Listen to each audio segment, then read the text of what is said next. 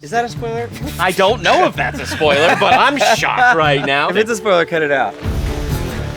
We are your chosen insiders, Chris and Chris, and we are starting week 3 off with one of my favorite things, a big party. Literally, they have this huge carnival festival type set all put up down in this field. And so we're gonna bust down to this field. We're gonna figure out this festival and we're gonna party with all the background extras and everybody else who's there. And later this week, we are gonna explore some of the relationships and the developments of season 3. So you're gonna come with us, let's have fun.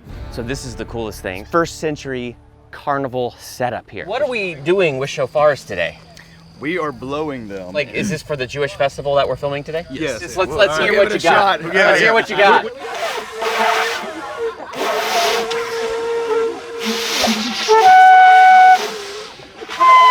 Okay, you get it. It's one of the weirdest things about being on set is we're doing this carnival, 150 actors. It's insane. But it's dead silent every time they do a take. I even see this one dude and he's walking by, he's got the shofar, it looks like he's blowing it, but there's no sound coming out. So it's just crazy to think about. They film it in complete silence to get the actor's audio and all of that. And then later in post-production, they add in all the other voices and sounds. It's so weird to see it filmed. So show me how you're going to pantomime what you're gonna do out there. Let's do a pantomime band thing. Turns out when you're filming outside in the middle of the field, there are certain challenges to overcome. I'm here with my friend Alan, on-set dresser. You're also a snake wrangler, apparently. I was. We just witnessed him wrangling snakes and throwing them back into the bush. What kind of snake did you get today? That was a copperhead, a very poisonous snake. Fortunately, one of the background girls picked up a tray, and there was 2 of them. On the coiled tray? up underneath the tray. But she was okay. She was fine. Oh she was my fine, but luckily goodness. she saw them. So there's copperheads and other snakes, and so when you guys Yes. see them, you have this little handy thing. This little guy. So what do you do with the snake? How do you? I was able to grab him behind the neck with this little guy. Okay. Took him out to the woods. Oh my goodness. Shoot him on his way. You've never been bitten? Oh, I've been bitten. Oh, okay. But you're still alive to tell I'm the still stories. alive to talk about Praise it. God. Yes. That's it. We're playing a game called Trigon, which we'll get to see in the next scene. Our main character's playing Trigon, which is a fun little game where they toss a ball. So you get to see a lot of people doing that. Kids are playing racing games and running around. We're gonna play Trigon. We've got this Trigon. ball. There's 3 players, and then you basically toss with your right hand, and then you're gonna catch with your left hand. Okay, let's do this.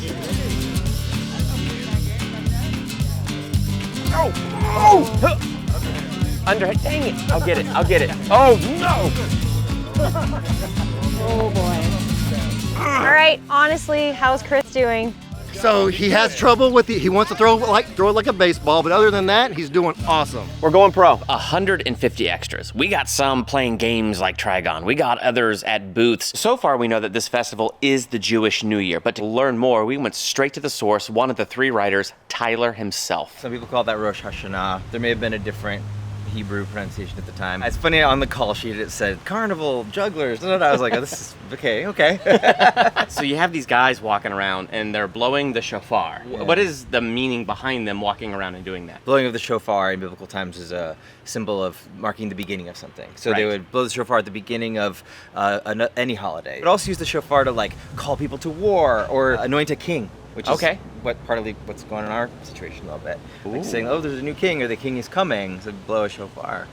Yeah. Interesting. Is that a spoiler? I don't know if that's a spoiler, but I'm shocked right now. So that's really interesting. If it's a spoiler, cut it out. Something else that we saw was this game, and I got to play it a little bit. How did you guys find out about this to include it in the script? It's very difficult when you research like first century games. It's kind of limited. It's like foot races, wrestling, discus throwing, and we were like, I need something people can play. Is it gonna make a comeback, like because of the Chosen? I It's gonna be, think like, so. In schools, I mean, people- I- Trigon League. You heard it here first. Did you heard it here first. Thank you, Tyler. In it. 2,000 years ago. Do Pharisees dance? How do you dance? Put your hands in the air. Hands in the air. Don't care.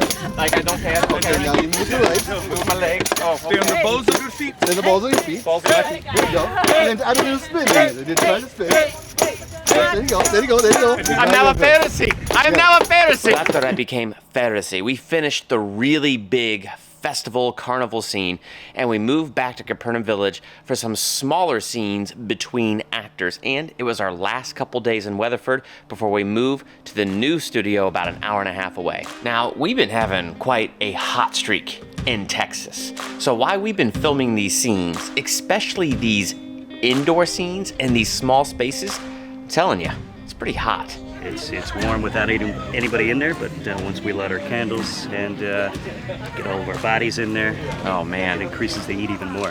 I'm gonna see if we could just see what it's like in that room, hearing how small, crammed, and hot it is. So let's go check this out.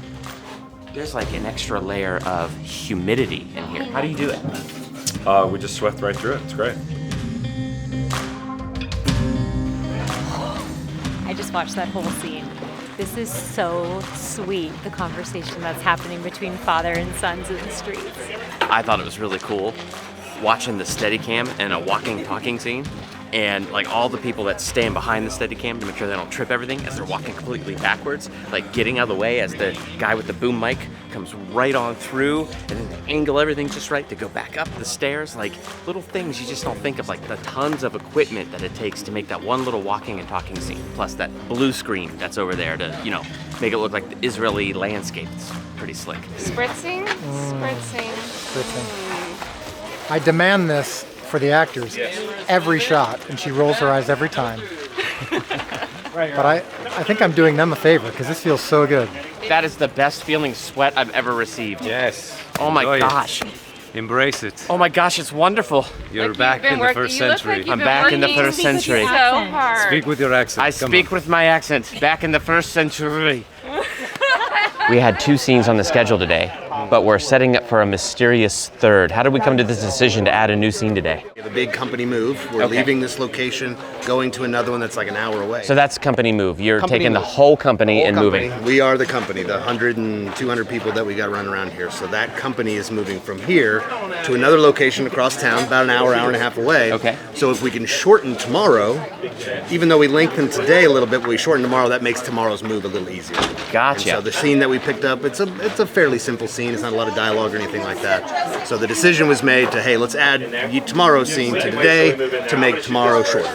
We are going to strip the street within a matter of hours to get out of the way for the next company to come in. So it's got to happen pretty quick then, right? Very quickly. So you guys are going to attack the town, disassemble everything, pack everything up in trucks, and move it over to Midlothian. We are going to take this first century town that we've been shooting in for weeks, and within about 4 to 5 hours, we're going to make it look like we're never here. This is so bizarre. We're in the middle of this company move where we're, packing everything up, all the props, and bringing them to a new location. But it doesn't feel like Capernaum at all anymore. Everything's so naked, the props are gone, the decorations are gone. It's actually really hard to believe that everything was brought in for just the Chosen, and now it's being stripped away and it looks completely bare, almost like a totally different set. You would never know that we were here. And while they were quickly moving things out for the company move, so poetic that we ended our time in Weatherford with a Simon and Eden scene. So we literally got to watch this really nice scene between Simon and Eden, which is cool because it kind of feels like, you remember season 2, the finale, where we see them together again for the first time? So it was kind of cool to see it pick up there. But there's a little mystery still for me because when they were outside the door, I can hear some of their lines, but then they go inside the house to film the scene and I can't hear anything anymore, which is fine because I kind of like not knowing and can't wait to actually see it. Yeah, and it was just so sweet to see some of the character development between the two of them and their marriage, and some of the others that were in some of these scenes. And so just like The Chosen loves to do, they love to create amazing storylines, so we're excited to see how everything plays out for season 3. Well, we made it to the end of another week. This one was exceptionally hot.